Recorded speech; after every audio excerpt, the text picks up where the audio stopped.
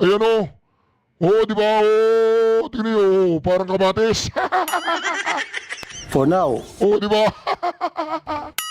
Botox ka, brada. Botox ka, hindi bagay sa'yo. Hindi, to be honest, hindi bagay sa'yo. Dapat yung medyo, yung ano ka, parang action star, yung medyo kulubot ng konti, ganon. Eh, mukha kang ano eh. Ayaw ko naman sabihin mukha kang bading.